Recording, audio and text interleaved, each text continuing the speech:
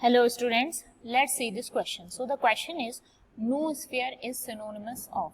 noosphere इनमें से किसका सिनोनियम है? ओके तो की कॉन्सेप्ट अगर हम देखें तो अर्थ पर डिफरेंट फेजेस ऑफ सक्सेशंस रहे हैं. सक्सेशन का मतलब होता है लाइफ का अराइव होना या लाइफ का आना. ठीक है, तो डिफरेंट फेजेस ऑफ सक्सेशंस रही हैं. उनमें से अगर हम फर्स्ट सक्सेशन की बात करें तो जो फर्स्ट फेज था वो रहा है आपका जियोस्फीयर. ठीक है, या हम सिंपली कह सकते हैं डेवलपमेंट ऑफ अर्थ.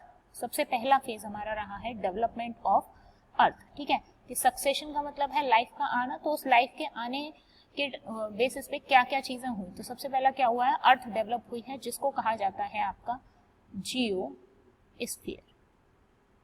ओके, इसके बाद दूसरे फेज की अगर हम बात करें तो सेकंड फेज हमारा बोला जाता है दैट इज बायोस्फीयर, या हम कह सकते हैं बायोलॉजिकल लाइफ.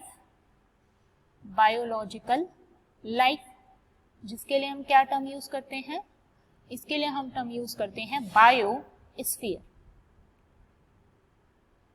ठीक है, अब थर्ड अगर हम फेज की बात करें तो थर्ड फेज है आपका न्यू स्फीयर. ये जो टर्म है ये लिया गया है ग्रीक वर्ड से जिसका मतलब होता है simply sphere of human thought, और we can say that sphere of reason. Sphere of human thought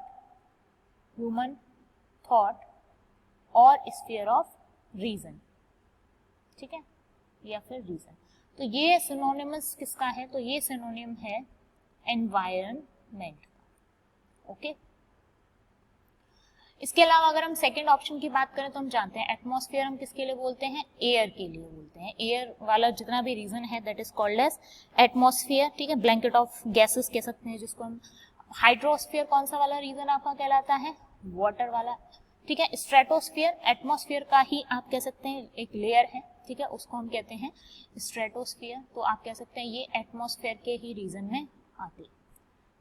okay, so the most appropriate answer of this question is option number first, that is environment, which consists both biological